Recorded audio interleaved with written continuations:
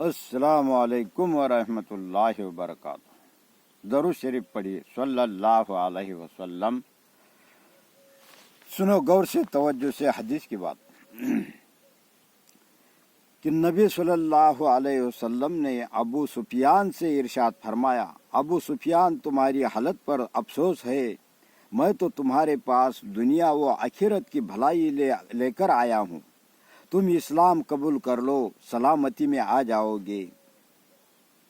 اور حضرت انس رضی اللہ تعالیٰ عنہ فرماتے ہیں کہ نبی صلی اللہ علیہ وسلم کو یہ ارشاد فرماتے ہوئے سنا کہ جب قیامت کا دن ہوگا تو مجھے شفاعت کی اجازت دی جائے گی، میں عرض کروں گا، اے میرے رب، جنت میں ہر اس شخص کو داخل فرما دیجیے جس کے دل میں رائی کے دانے کے برابر بھی ایمان ہو۔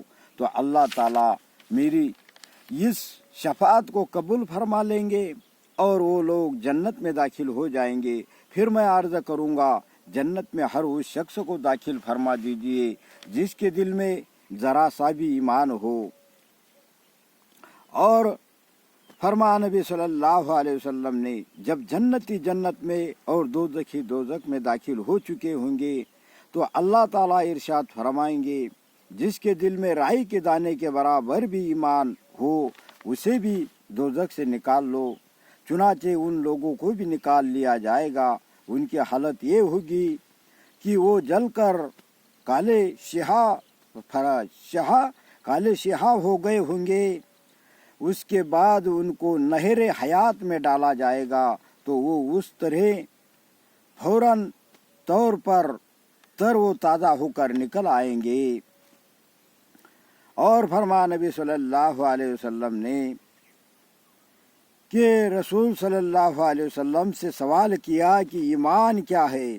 تو آپ نے ارشاد فرمایا، جب تم کو اپنے اچھے عمل سے خوشی ہو اور اپنے برے کام پر رنج ہو تو تم مومن ہو۔ اور فرما رسول صلی اللہ علیہ وسلم نے کہ ایمان کا مزہ اس نے چکھا اور ایمان کی لذت اسے ملی جو اللہ تعالیٰ کو رب اور اسلام کو دین اور محمد صلی اللہ علیہ وسلم کو رسول ماننے پر راضی ہو جائے۔ کہ مطلب یہ ہے کہ اللہ تعالیٰ کی بندگی اور اسلام کے مطابق عمل اور حضرت محمد صلی اللہ علیہ وسلم کی اطاعت اور اللہ تعالیٰ اور ان کے رسول اور اسلام کی محبت کے ساتھ ہو۔ کیا اسلام کی محبت کے ساتھ ہو؟ جس کو یہ بات نصیب ہو گئی یقیناً ایمانی لذت میں بھی اس کا حصہ ہو گیا۔ اور فرما رسول صلی اللہ علیہ وسلم نے کہ ایمان کی حلاوت اسی کو نصیب ہوگی جس میں 3 باتیں پائی جائے گی۔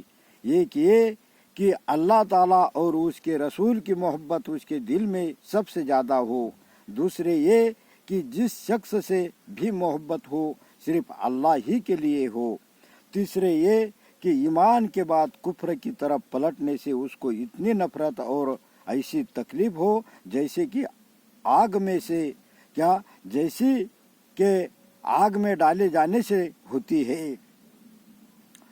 اور فرما رسول صلی اللہ علیہ وسلم نے کہ جس شخص نے اللہ تعالیٰ ہی کے لیے کسی سے محبت کی اور اسی کے لیے دشمنی کی، اور جس کو دیا اللہ تعالیٰ ہی کے لیے دیا اور جس کو نہیں دیا اللہ ہی کے لیے نہیں دیا، تو اس نے ایمان کی تکمیل کر لی۔